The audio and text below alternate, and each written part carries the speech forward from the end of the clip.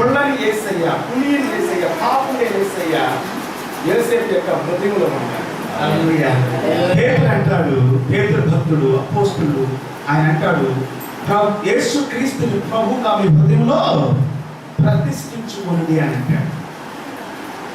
అపోస్తలుడు పౌలు గారు కొలస్సీకి రాస్తూ అంటారు, ఇదిగో దేవుని వాక్యము మీ హృదయంలో సమృద్ధిగా నివసింపనీయుడి అని అంటాడు. సమృద్ధిగా ఉండాలి. దావీదు భక్తుడు అంటాడు, పాపము చేయకున్నట్లుగాను ఈ వాక్యాన్ని నా హృదయంలో ఉంచుకున్నాను అని అంటాడు. దేవుని స్తోత్రం. సోదరులారా, దేవుని మాట యేసు ప్రభువుని కనినటువంటి మరియ గారు, తల్లి గారు అంటుంది,